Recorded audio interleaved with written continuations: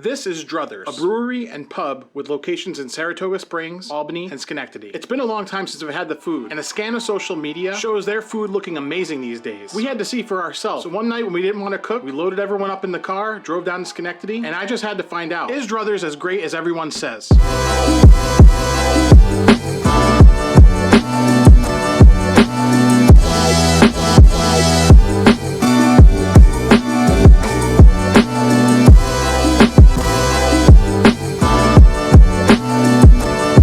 Researching the menu, there were a lot of things that drew my attention. And it wasn't the 4 chicken sandwiches, but if you stick around to the end, I have something I want to say about that. The vibes at Druthers definitely gives you that brewery feeling. In fact, if you walk around to the bar area, you could see the brewery from the bar. And that's a pretty cool setting. I went early on in their history, and then they were focusing on pizzas and macaroni and cheese with stuff all over the top of it. Now they've expanded a little bit, and aside from chicken sandwiches and pizzas and macaroni and cheese with stuff on top of it, they have even more stuff that's perfect for soaking up some suds. And speaking of which, in my entire life, I've actually only had one Druther. That is the singular of Druthers, right? Like when you go to Starbucks and get one coffee, you have one Starbucks.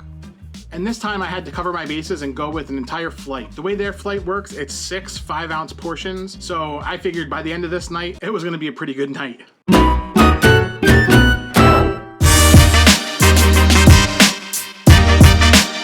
Sweater weather. From apple picking to Thanksgiving dessert. This ale combines everything we love from the fall, brewed with biscuit malt, cinnamon, and ginger, and then conditioned on apple cider and pumpkin. 6.2% alcohol by volume. Kind of like a pumpkin ale, but a little bit lighter than most and a little bit less than others going on. I didn't hate it. Next up, Lone Star, usually called Schwarzbier. A German black lager for any beer drinker who prefers the dark side. Smooth, rich, toasty, and chocolatey with a very smooth finish. May the Schwartz be with you. 5.5% alcohol by volume, and it's all those things.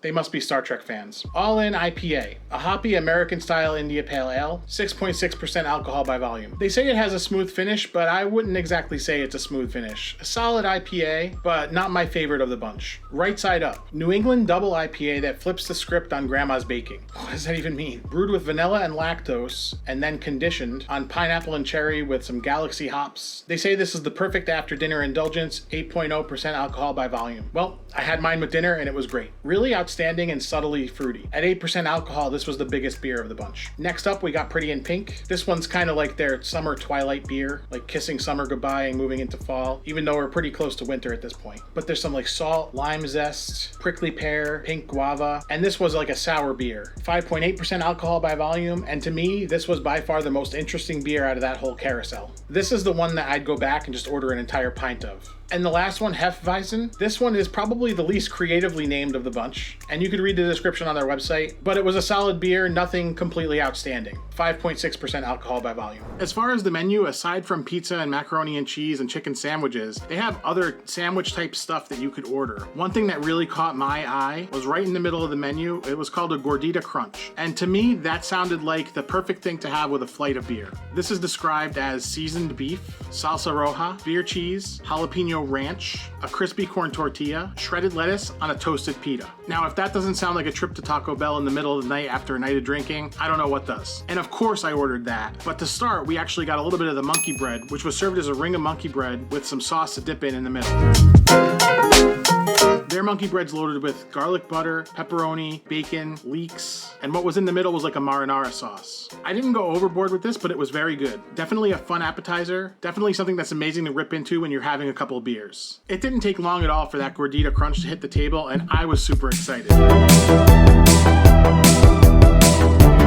Overall, it was very good. The one thing that was kind of obvious that I'll kind of kick this off with is that it was definitely sitting under a heat lamp, probably waiting for some of the other items from the table to be ready. And the reason why I could tell that is because the stuff on top, the creams and everything started to harden a little bit, and the shell was actually pretty well cooked by the time it came to me. My dish was probably the easiest thing on the entire menu to execute, so of course that's going to be ready first. The seasoned beef actually reminded me more of like sloppy Joe beef than Taco Bell beef or like ground taco beef. But that's not to say it was bad in any sense. It was actually quite good. Where I got kind of those southwestern Taco Bell style flavors were from all the other toppings, the salsa, the jalapeno ranch. Those are the types of flavors that remind me of like a Taco Bell gordita. And then you had that tortilla in the middle to kind of actually give you that crunch. And like I said, my pita was probably a little bit over toasted, and that gave me a little more crunch than I had wanted at the time. And it was a bit on the harder side, but that's not to say it was bad. You know what? You're drinking some beers, you're having some snacks.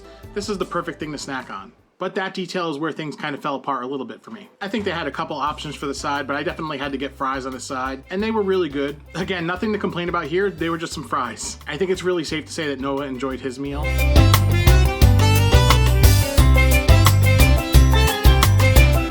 He got a little wood-fired pizza, some fries on the side, and some chocolate milk. But he was more into the coloring and activities at that point. Oh, and photobombing my beer tasting. By this point in the meal, I was pretty much winding down on the flight. And like I said, you knew it was gonna be a good night. One of those beers was 8% alcohol by volume, and the others were pushing 6 or 7%. So yeah, things got a little crazy. But that didn't stop us at all from sharing dessert, and we got the Reese's chocolate peanut butter pie. Definitely over the top, definitely really rich, but it was perfect to top off the meal. Now, if we get this video to 100 likes, I'll go back making a video trying all 4 chicken sandwiches side by side as part of the Chicken Sandwich Wars. Don't forget to subscribe if you like food. We definitely have a lot of fun restaurant options in Schenectady. Click into this video right here to see what happened when I went to the most controversial burger restaurant in Schenectady.